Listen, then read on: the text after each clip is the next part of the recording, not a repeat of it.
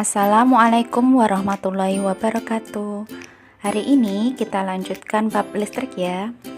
Jangan lupa awali dengan basmalah. Yang belum sholat duha segera sholat duha. Siapkan alat tulisnya, buku tulisnya, dan rangkumannya. Kita simak baik-baik ya. Tujuan pembelajaran kali ini adalah kalian bisa menjelaskan cara menyalurkan energi listrik dan menyebutkan energi alternatif untuk membangkitkan energi listrik. Landasan Islam tentang air yang berfungsi untuk sumber energi listrik, kita simak ya. Anzala minas samaa'i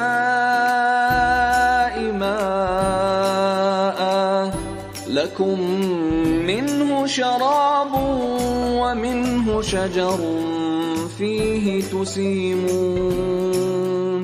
huwa alladhi anzala minas samaa'i ma'a lakum minhu syarabun wa minhu syajarun fihi tusimun. Proses menghasilkan listrik dimulai dari sumber-sumber energi yang berada di alam, diubah melalui penggerak atau turbin menjadi energi gerak. Selanjutnya, energi gerak diubah menjadi energi listrik oleh generator. Agar lebih jelas, kita simak baik-baik video berikut ini.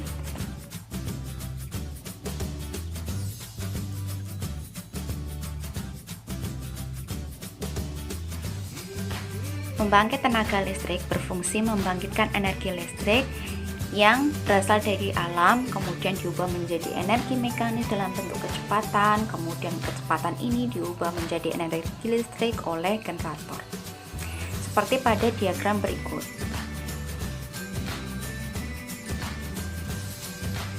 Sumber energi alam yang bisa dimanfaatkan untuk membangkitkan energi listrik adalah bahan bakar fosil, batu bara, minyak bumi, gas alam, cahaya matahari, biogas, panas bumi, air, dan angin.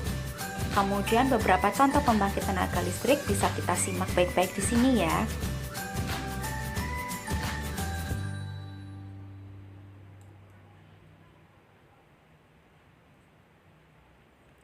Kemudian pembangkit listrik sendiri dibagi menjadi dua, yaitu pembangkit listrik tenaga termal dan pembangkit listrik tenaga hidro.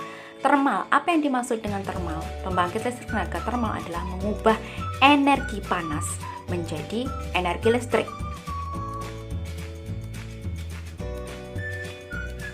Contohnya adalah pembangkit listrik tenaga termal memanfaatkan panas bumi.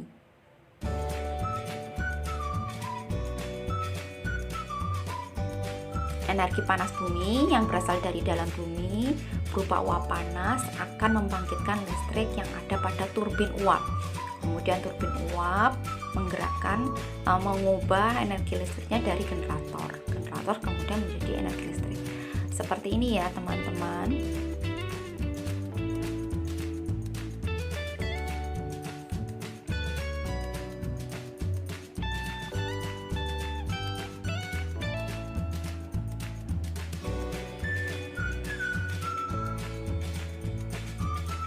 Yang kedua adalah pembangkit listrik tenaga hidro.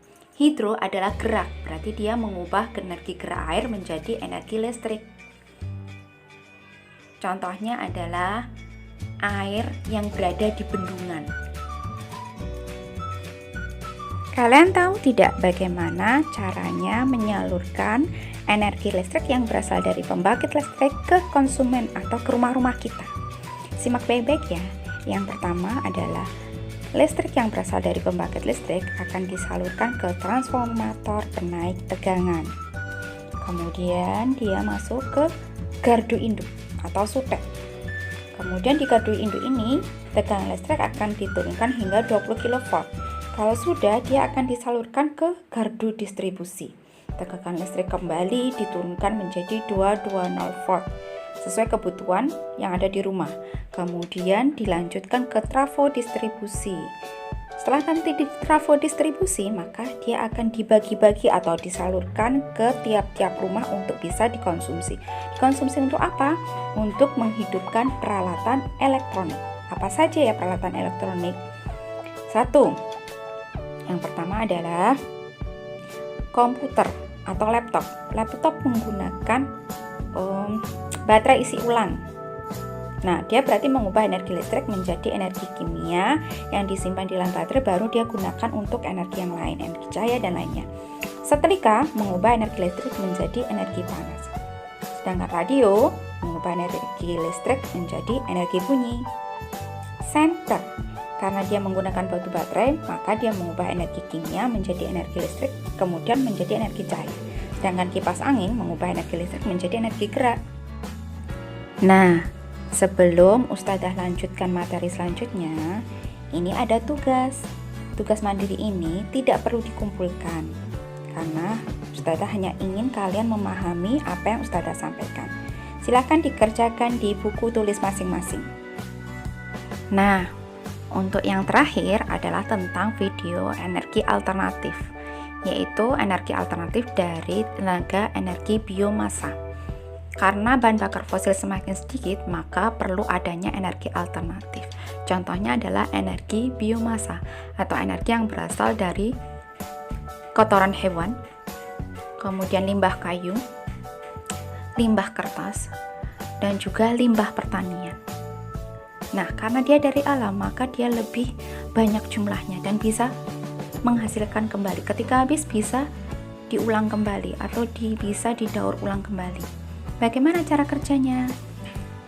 Cara kerja pembangkit listrik tenaga biomasa yang pertama adalah kotoran hewan yang didapatkan dari sapi, kerbau dimasukkan ke dalam sebuah tabung. Kemudian ketika dia membusuk, dia akan menghasilkan gas metana. Gas metana ini akan ditampung, kemudian dipanaskan menghasilkan uap panas. Uap panas inilah yang akan menggerakkan turbin. Kemudian turbin ini, gerakan dari turbin ini akan diubah menjadi energi listrik oleh generator. Baru kemudian bisa disalurkan kemana-mana. Demikian materi yang bisa Ustadzah sampaikan. Atas perhatiannya Ustadzah ucapkan terima kasih.